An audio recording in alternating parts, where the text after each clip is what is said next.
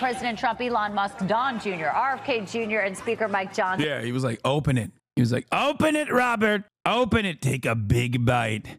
Take a bite. Robert, Bob Jr., take a bite. Robert Fitzgerald Kennedy Jr., take a bite out of that Big Mac. You're gonna like it. Welcome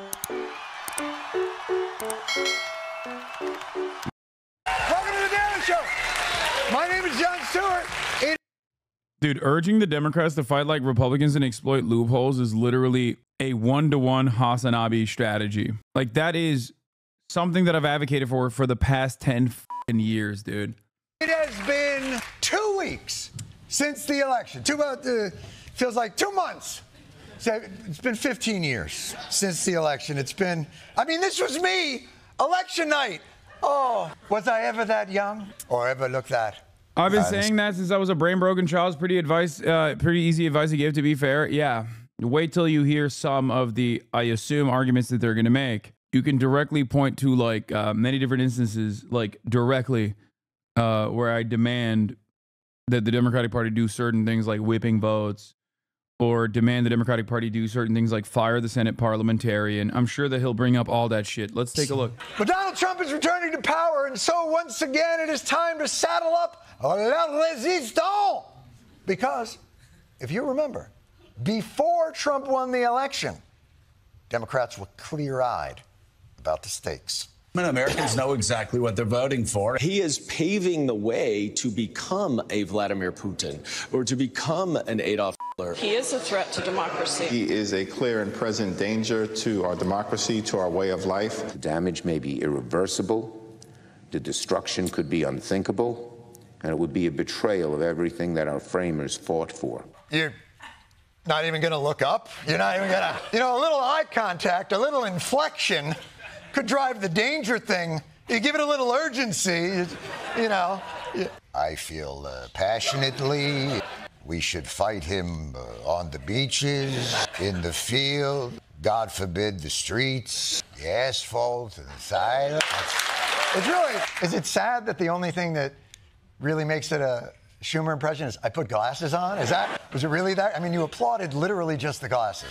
I'm a pair of bifocals away from being Chuck Schumer's. You bastards. Now, I assume now that the Democrats have lost to the greatest threat we've ever faced as a nation, that they will be forthright in acknowledging, one, the Democrats' role in this catastrophic defeat, and two, the bleak hellscape we now face. Or We're proud of the fact that we've defeated more House Republican incumbents than they've defeated House Democratic incumbents. We did flip 3 House seats from Republican to Democrat and gain back almost all of those that we had lost in 2022. Yeah, almost is doing a lot of work in that sentence. Yeah, we almost gained back all we had lost. Almost is kind of a load-bearing adverb, spin-wise, finding a positive in what is clearly not good news. You can't, parents, good news, we gained back almost all of the children we lost on the field trip.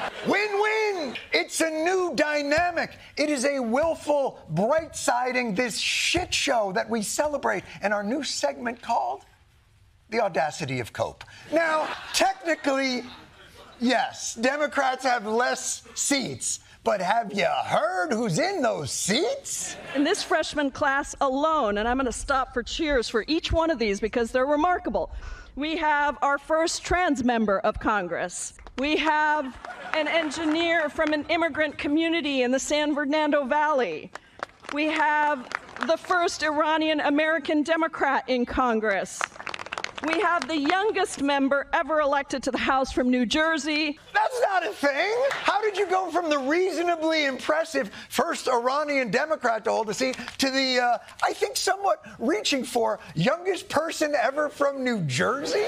And by the way, to the audience, if you think that framing is not that interesting, wait till you hear that this record-breaking young phenom from New Jersey is 38 years old. 38 years old. God, come on. How far are we going with this? Oh, in Illinois, we elected a ginger. Oh, hey, yeah. We elected the first representative from Washington State who looks like he has a terrible secret. He ran on loneliness. Wow, this is going to be the most diverse group of congresspeople to ever get all their legislation blocked. So inspiring. But you know what? No, it's fine, people. But you know what? Those are just lowly House Democrats. How will the head of their party, the outgoing president, man the ramparts during this challenging and fraught, peaceful transition to fascism? President Biden is in Brazil. Oh, God, this video is so funny. But also, all right, let's see what happens. He became the first American head of state to visit the Amazon rainforest. He went there to highlight the dangers of climate change and the need to turn away from fossil fuels. What the? No way that desk was there. No way. No. They released. Wait, please show me that. Please tell me that they showed Biden being released into the wild. Not a chance. In the middle of all this, he disappeared to the rainforest. Yeah. Starring in what appears to be like 4 Pixar movies in one mixed together. Clearly, Up is one of them. And Encanto, I'm going to say there's a little Moana, maybe Wall-E, had a powerful anti-consumerist message. Well, hopefully, listen, Wall-E's down there. Hopefully he has some inspiring words for us. Mr. President. History is literally watching us now. So let's preserve this secret place for our time and forever, for the benefit of all humanity. Thank you very, very much. We lost him. We released him into the wild, dude. Let him live. Let him live his final moments in peace, you know? Where are you going? Where are you going? Literally just walking away like that. Mr. President, I'm sorry. The tribe has spoken. Extinguish your torch. What is happening? You know, maybe this is how we should do the transfer of power. The winner moves into the White House, and the incumbent just wanders off into the jungle so that his nutrients may be returned to the soil.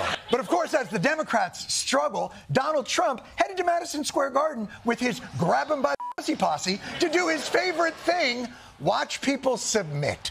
Oh, Trump likes submission in the octagon. He likes it out of the octagon. He likes submission from his enemies and even from his new friends. And by the way, it doesn't take much of a transgression to warrant a bended knee for Trump. For instance, last week, Trump's newly minted Health and Human Services nominee hit Trump with a bit of a lighthearted jab about his diet. The stuff that he eats is really, like, bad. It's not, campaign food is always bad. Trump made him kiss the ring, too. Or in his case, kiss the McDonald's burger. He made him sit there and pose with a goddamn Big. Yeah, he made him kiss the onion ring, except McDonald's doesn't have onion rings. Burger King does. It's the only good thing that Burger King has. The food that goes onto that airplane is like just poison. A little friendly swipe, a little bit of ribbing, gentle ribbing, boop, and he will pay for his insolence. President Trump, Elon Musk, Don Jr., RFK Jr., and Speaker Mike Johnson. Yeah, he was like, open it. He was like, open it, Robert. Open it. Take a big bite. Take a bite. Robert. Bob Jr., take a bite. Robert Fitzgerald Kennedy Jr., take a bite out of that Big Mac. You're gonna like it. Someone said this was like when the Homelander made the deep eat the octopus. It's exactly like that. Because he does look like a deeply processed, overcooked piece of McDonald's burger that has been left out for far too long. So just like the deep is supposed to be like a sea creature eating, cannibalizing an octopus, he had to do that to himself. He is the burger patty. Eating McDonald's on Trump's private plane. Hey, what's up? Hey, Robert, come in here. You think that's poisoned, yeah? Eat it. Hey, Robert, eat the whole thing. Yeah, in front of us right now. Eat the whole thing. And by the way, when you're done eating the whole thing, Grimace is going to come in here and yes, yeah, that's right. Grimace. Hey, Robert, eat the whole thing. Grimace is going to yes while we're doing it. You got to make eye. He's like crying, tears in his fucking eyes. Tears in his eyes like, don't make me do it, Mr. President. This hurts the worm. This hurts the worm very much, and I am one with the worm. What hurts the worm hurts me tenfold. We must protect the worm, Mr. President. I can't take with him all the time. We're going to film it. I was just going to keep going with the premise, but by the way, I know we're focused on the RFK Jr., but look at poor Mike Johnson there. Poor Mike Johnson right there. Oh, he didn't even get a seat at the cool kids table. And the sad part, This whole thing was Mike Johnson's bachelor party. Meanwhile, Joe and Mika Brzezinski Scarborough, who famously warned of the growing threat of Trump's fascism, also had an interesting announcement to make. Last Thursday, we expressed our own concerns on this broadcast and even said we would appreciate the opportunity to speak with the president-elect himself. On Friday, we were given the opportunity to do just that. Joe and I went to Mar-a-Lago to meet personally with President-elect Trump. And for those asking why we would go speak to the president-elect during such fraught times, especially between us, I guess I would ask back, why wouldn't we?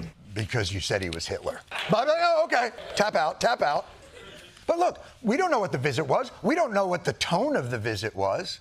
We talked about a lot of issues, including abortion, mass deportation, threats of political retribution against political opponents, and media outlets. Oh, I bet you really laid down the gauntlet, Joe. I bet you walked in there and just let him have it, didn't you, Joey? I'm going to do a one-act play called Joe and Mika Go to Mar-a-Lago. Mr. President, your rhetoric is outrageous. I cannot in good conscience... Ooh, are those macaroons? The pink one is raspberry. We've learned nothing. Even those putting up resistance to Trump's agenda don't seem to understand who they're dealing with. Senator Elizabeth Warren accusing President-elect Donald Trump's transition team of breaking the law, as there are reports it missed a deadline to file a required ethics pledge. Hear ye, Hitler missed a reporting deadline. The war is over. I've said it before and I'll say it again. Republicans are playing chess and the Democrats are in the nurse's office because they glued their balls to their thigh. That is what is happening. The election that we just had was a repudiation of the status quo. An overly regulated system that is no longer responsive or delivering for the needs of the people or their beloved behatted squirrels. Oh, R.I.P. Peanut. Government is theoretically a constitutional system of checks and balances between equally powerful branches. But what government... Democrats insistent on preserving the integrity of the institutions and routinely not even using the limited confines that they have within those boundaries that they've set for themselves, allow the people who don't give a fuck about these institutions or their integrity to dominate the Democrats regularly and then destroy the institutional integrity anyway, simply on the Republican Party's terms. Fuck Peanut. Government actually is an overly complicated Byzantine bureaucratic maze of rules, loopholes to those rules, and norms. Complex enough that A, if you want to find a rule that keeps you from doing something, you'll find it. And B, if you actually want to do something, you can find a loophole to get around said rule. And then the norms are just how often you've had to pull any of this shit. For example, Trump's, let's be generous, provocative and unorthodox cabinet picks. I don't think Hulk Hogan's been nominated yet. I think he's going to be the secretary of Take Your Vitamins! Democrats are positive that the vaunted constitutional rules of the Senate shall be the guardrail to this madness. Certainly we can fight back. The president nominates, the Senate confirms. We're a check and balance. We're there to be a guardrail. The Senate has a constitutional obligation to advise and consent on this nomination. Oh, shit. You want Matt Gaetz, Mr. President? Prepare to be advice and consented, biatch. There is no way for the Constitution to allow you to get past it. The Constitution does give the president power to adjourn the House and Senate on extraordinary occasions. To unilaterally install his most controversial nominees and bypass the Senate confirmation process entirely. That is our government in a nutshell. The rules say we can stop it. The loophole says that. And so what are you left with? The last refuge of losers, the norms. I don't think that's appropriate, and I don't think that's what the founders intended. That is not the custom. Yeah, you can do it, and it's legal by whatever guy. We're going to think you're a dick. Republicans exploit the loopholes. Democrats complain about the norms. over and over and over, and it has ghastly consequences. Remember when President Obama nominated Merrick Garland to the Supreme Court? Senate Majority Leader Mitch McConnell refused to give that a vote, saying, well, it's only one full year before the election. It's too close. Now, you could make a case that Obama could violate the norm, say the Senate failed their advice and consent, and appoint him anyway, and see whatever the happens. Fight. But they just went, well, we never heard of that rule, but okay. Smash cut 2 months before a presidential election.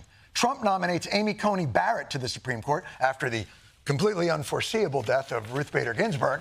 And as you can imagine, the Democrats went right to the nearby Kinko's. Behind me is the McConnell rule. On February 13th, 2016, when Justice Scalia passed away, Senator McConnell said, and I quote, "This vacancy should not be filled until we have a new president." And so Amy Coney Barrett was forced to head back to her homestead, never to be heard from a... Oh, they didn't give a... Oh, right, I forgot. They didn't give... Matt Christman is right. Dems are the don't be an asshole party. Republicans are the don't be a pussy party. Look, let this... Mike from PA was also right when he said this is an election between the teachers' pets and teachers' pests. And the teachers' pests won. Show be the utterly ineffective hypocrisy finders. I can tell you from experience, it does nothing. You guys be the loophole guys that figure out how to get shit done because... Yeah, the reality is they don't care, though. Like, they are comfortable in their defeat because their defeat allows them to generate revenue. If they had any sort of real interest in you know, preserving people's civil liberties, protecting them, they would do so. They would fight these battles. They don't. They don't fight these battles at all. And then they turn around and yell at their own base. That's all they do. They refuse to fight these fucking battles. And then they yell at their base for not defending them hard enough as they openly shun their base. They say, fuck you, don't vote for us. You're a goddamn Republican. And then some people do actually become Republican, by the way, in that process. Hilarious stuff. Can't wait to repackage this garbage once again with Gavin Newsom, Pete Buttigieg, or Josh Shapiro. Democrats will lick their wounds and hope that the people understand how devastating it is. Hope that the people understand how unimaginably devastating it will be for the American population to live under the thumb of oppressive fascism, and then they'll go back to third-rate neoliberalism again. Dems love to lose. They don't give a about your norms. They will exploit any loophole, even if they have to go through clearly closed windows to do it. You would think after Trump's presidency, Democrats would have learned, but they doubled down. When Biden tried to get immigration reform into the Inflation Reduction Act and the Senate parliamentarian told him he couldn't, did he respond to the rule with a loophole, or did he... That's for the parliamentarian to decide, though, not for Joe Biden to decide. No! That's for... You take the parliamentarian and you put them in a locker and then you bring Grimace in and have him... That's what you do! Do you guys get what I'm saying? Perhaps a demonstration is in order. To get anything done, the Democrats feel like they must thread the needle to make sure, we have to make sure each norm follows the overly complex bureaucratic process that we created ourselves. The parliamentarian, I can't do it because the norm says, I can't get anything done. Meanwhile, the Republicans come in and all they have to do is finger bang a donut. That's all they have to do. How are we going to get Matt Gaetz in if the advice and consent, there it is right there. Boom, boom, there he's in there. Now he's in. Look at him, he's in. Do I have to sleep with this now? I've made you all uncomfortable. Now Trump has the House, Senate, presidency, and judiciary.